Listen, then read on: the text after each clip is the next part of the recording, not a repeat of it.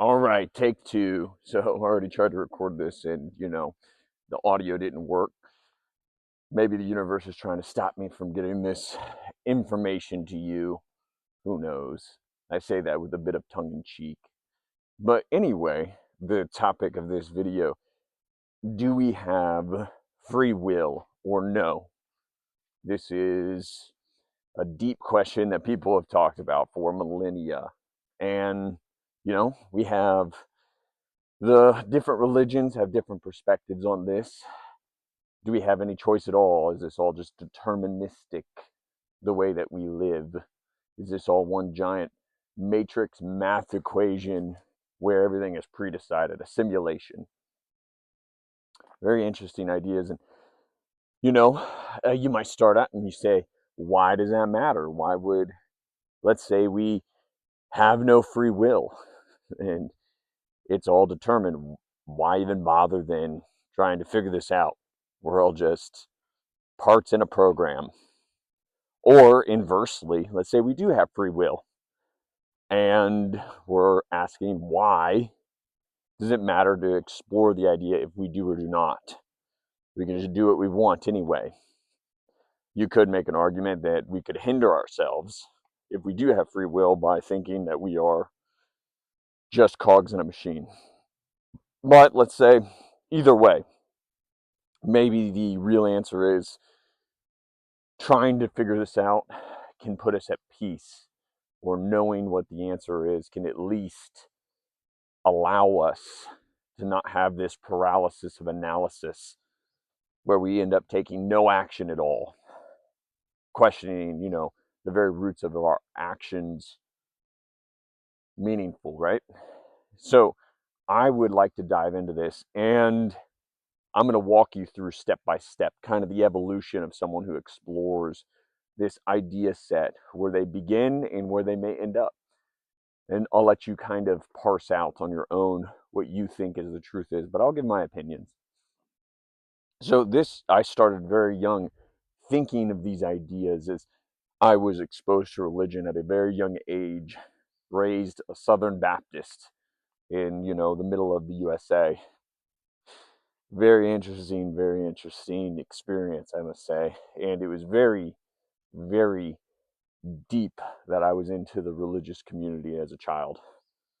You wouldn't believe. But anyway, to begin with, there's this idea for the uninitiated here that your decisions are not your own, that everything you do in reality is predetermined, almost like a NPC in a video game or a robot, that God has decided what will happen before it happens. Very interesting. And the others who, they believe that everything is up to us, that we are the shapers of reality, of the universe. We have a ability to be able to create and decide. Now, the more you look into it, the less clear it becomes. So let's begin with, we'll start with the Bible. Whereas, you have the Muslims, they have their own perspectives, the Hindus and Krishna and whatnot, all kind of have their different take on it. And even within those, they argue. But let's say with the monotheistic religions, if you want to call them that, God knows every hair on your head. He knows all. He is omnipotent, omniscient, omnipresent, meaning he knows everything that ever will be, ever was, and is currently aware of everything going on. Now, this would even be true before the beginning of, let's call it, time.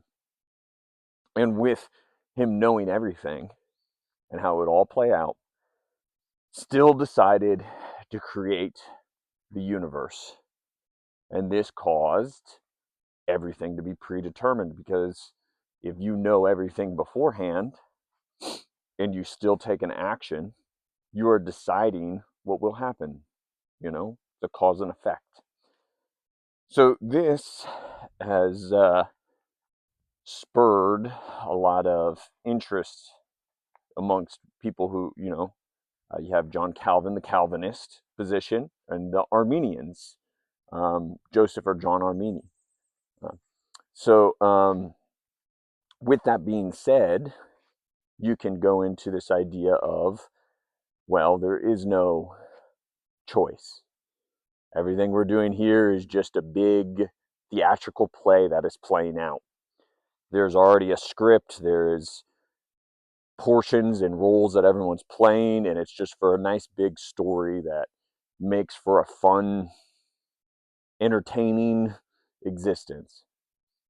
Now, you within that, in the Christian disposition, you have predestination, which is a whole nother topic within this deterministic framework, where you have Paul, the apostle, talked about prehorizio, was the Greek, before the horizon or being in the light, that we, before the foundations of the earth were laid, were already decided to be put what was called in the Lamb's Book of Light, and we would end up being saved ahead of time. We were saints ordained before creation to then go on and be a part of the ruling class in heaven as Christians. Ephesians 3, 8, and 9. For by grace are ye saved through faith, that not of yourself, but is gifts of God, not of works, lest any man should boast, right? Something I was made to memorize as a child. And the idea is that you're saved no matter what. You're going to go to heaven, and the people who are not saved are going to go to hell no matter what. And this is deeply argued about within Christian circles. But still the premises of, if you have any God who is all-knowing, then he is deterministic, which would fall also under, Muslim religion, Allah, and even in good argument, you could say, the Hindus. So, following this train of thought, right, you are now in a position where you say to yourself, I have no say in anything, and everything's predetermined, then what does anything matter? You become a little nihilistic and depressed, maybe, where you feel unmotivated. You end up thinking to yourself, perhaps, well, if everything is how it'll be, what's the point? Why try? Any of my efforts will be fruitless. And if I am meant to be whatever, I will be that. If I'm meant to be rich, wealthy, happy, successful, then that's just what will happen. Or if I'm meant to be a sad, depressed, wallowing poor person, then that's just what's going to happen. Nothing I can do about it. And this can put a bad taste in the mouth of many people as far as in, religion, studying anything metaphysical, spiritual, etc., and pushes towards rejection, where they're not interested in these topics anymore because they lead to nothingness. This can push towards the interest in the physical, or maybe in a hedonistic direction, where you might as well enjoy whatever. Anton LaVey, Aleister Crowley become maybe someone you want to look into. You begin thinking, do as thou wilt. Or that the inverted pentagram maybe is what is really the truth. That the spirit is below and the physical reality is above. This is really what Nietzsche talked about. We killed God through our intellect, thinking all this stuff through. So, this all being said, you can then, let's flip-flop back over to the free will position. The Arminius, the people who thought, that just can't be true. Because you know what? I have an effect. I wake up and I do something and I see a result, and I'm the one who decided it. It's just that simple. This can sound very dumb to someone who puts any thought to it like we just did, but maybe they're on to something. Maybe they have a point. I pick up an apple, let's say, and I drop it. It falls.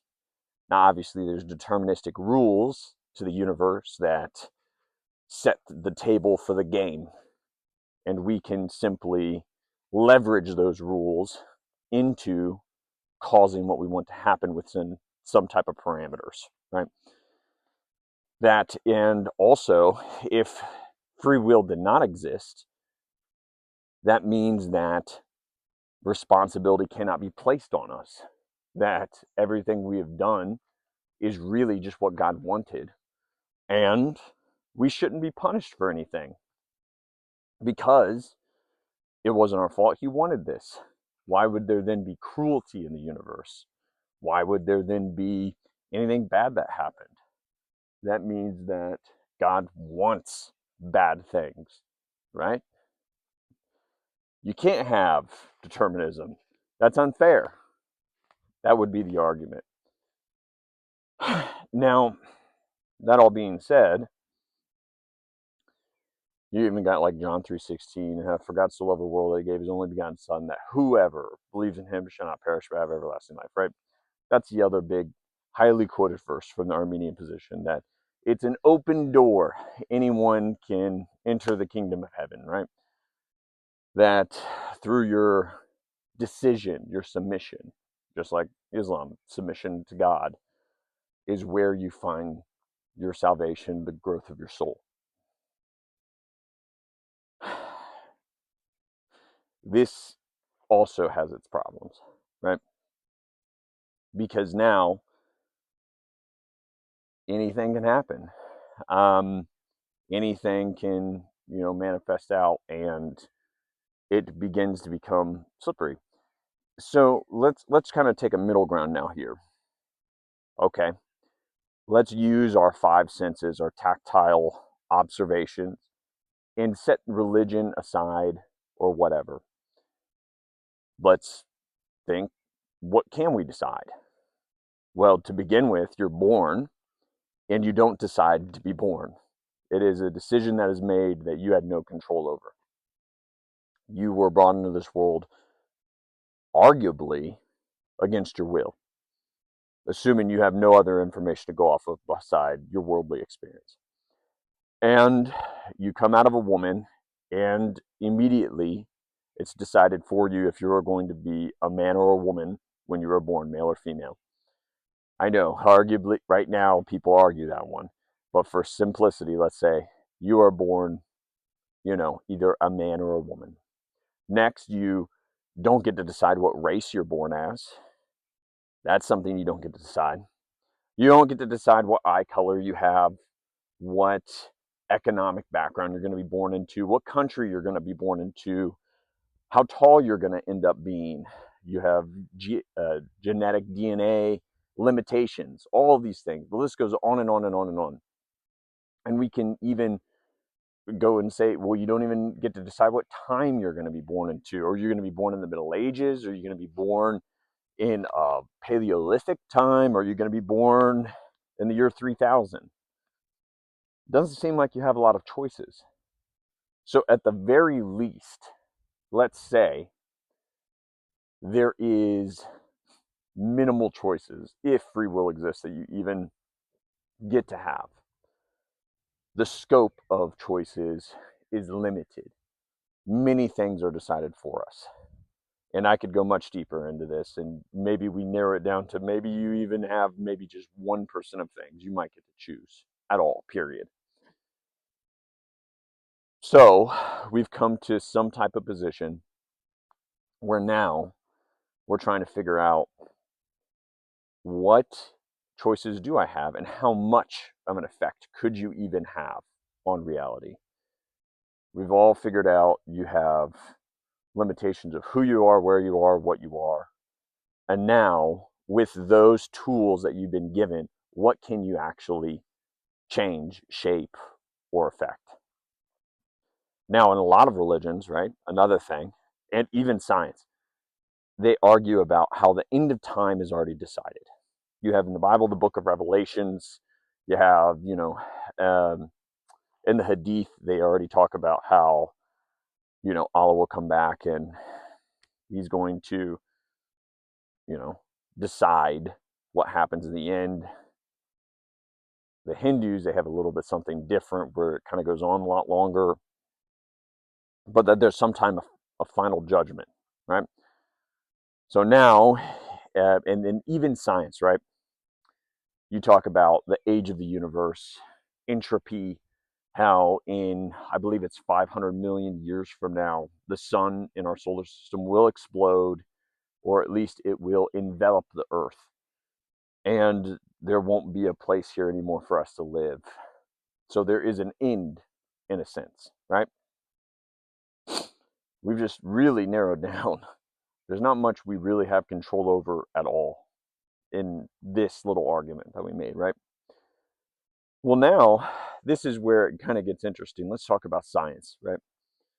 You have things like particle wave theory, Schrodinger's cat, the concept of infinity, and these paradoxical ideas in quantum physics. Einstein saying, this is a good quote, "I don't like to believe that the moon is not there when I am not looking at it."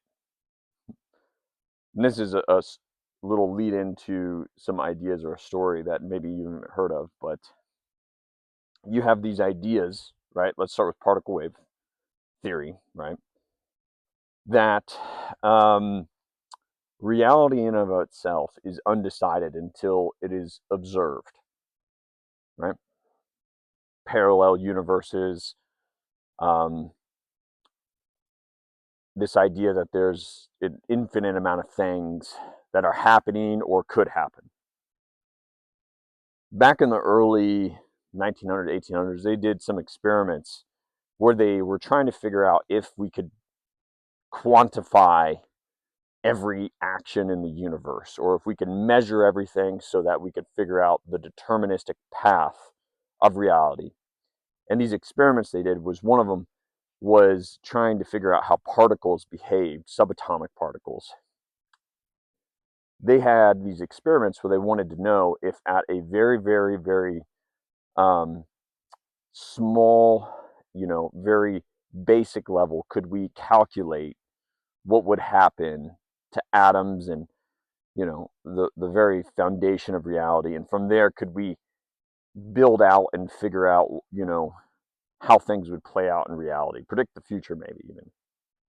So they did this experiment where they did what was called the double slit experiment. The scientists took a little, panel or a sheet of paper, and they cut two slits in it, two holes. And then they rigged up a machine, and I'm going to dumb this down a lot, so that they could shoot a photon or an electron, whatever, through these slits in a somewhat randomized way. And they wanted to see if we shot it at it, we could figure out what was the pattern, if it would go through the left slit or the right slit. Okay. And if we did it randomized enough times, thousands of times, there should be a pattern where there would be a shadow silhouette of two slits behind it hitting a backboard, right? You would expect to see just a shadow, more or less, for the pattern. Well, they did this, and this happened. It predictably, the particle would go either through the left or the right, and we would be able to mathematically map out the probability of either. Now, here was interesting. In a way, they figured out how to do this, but in an unobserved way, meaning they would shoot the particle through these double slit experiment, but without watching. Now, when they did this, the particles would go in both slits at the same time, as if there was no determined path. Actually, was both at once. Both realities played out at the same time. And this made it so that you couldn't predict what was going to happen unless you observed it. Maybe you had some type of outside influence on it. With this happening, people then began to question if we, as observers, are not observing things, or if a tree falls in the woods, does it make a sound type of thing. Is there a determined future? Is there anything that we can know for sure will happen?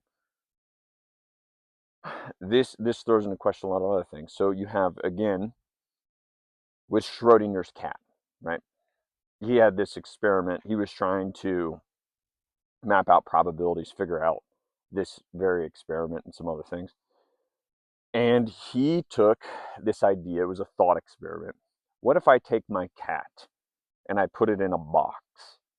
And I make this box soundproof and completely sealed. I can't open it. And then I put in the box with the cat a bomb. This guy's crazy. He then seals the box with the bomb and the cat and says, I am now going to make a prediction of what is, if the cat is alive, or if the cat is in there and the bomb has gone off and the cat is no longer alive.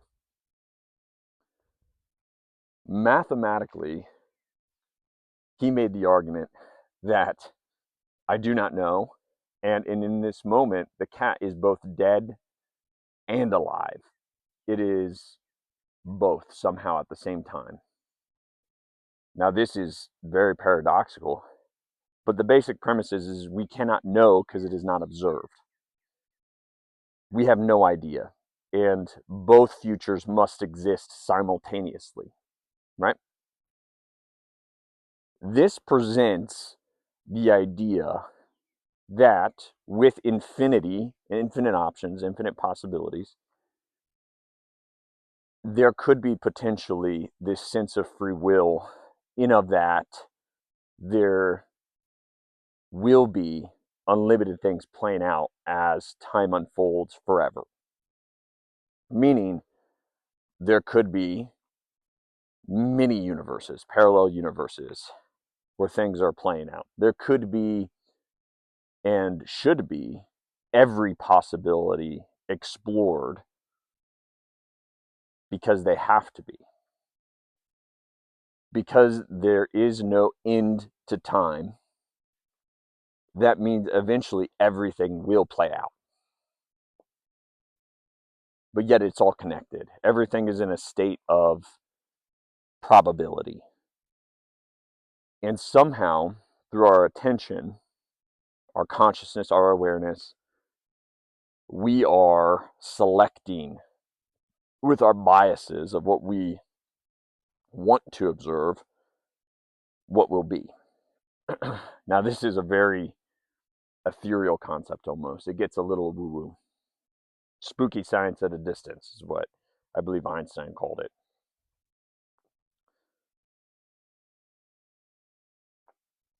With all these parameters we came up with of there's limitations what could be based off of the rules that are put in place, the opportunities in the game at the time that we are playing it. You have, however, in a longer time span, a drawn out period, opportunity through compounded actions and compounded scenarios, the ability for potentially a shifting or a focus onto a potential or a outcome, right? Not so much that you are flowing, let's say, just through a stream of a river, right? And that you will end up in, or you'll start out at one point of the river and flow all the way down into the other end of the river. But maybe instead we are in a giant ocean, and that if we just simply shift ourselves a little in this giant ocean, we might go from one ocean current into another ocean current and change completely the direction in the ocean that we end up in. This is the possibility potentially for what really free will is. And it's very, if you look at it from this perspective, both highly limiting because it only leaves a small gap for any influence on reality, but also, yet again, paradoxically, is the opportunity on a long enough time horizon for us to be able to do or accomplish anything. Interesting thought. So, with this all being said, at the beginning, we're trying to come up with some type of answer. How do we put our minds at rest with all of this? Well, making this a little more real. Maybe we don't have much control or effect over mostly anything in our day-to-day lives. We really don't have any control or say as far as the future in a meaningful way with just the way the world works. Wars are going to happen, famines, economic crashes, or economic booms and new discoveries. And right now, we're not just going to make something happen at a snap of a finger. But if we're persistent, aware, conscious, and we look towards the future diligently, as a butterfly effect, we might have some type of shift in the outcome of reality across long, long, long, long time periods. This is about the best I can offer as far as does free will exist or not. Just like in the ocean, this giant reality that we're floating in, the ocean itself is powerful.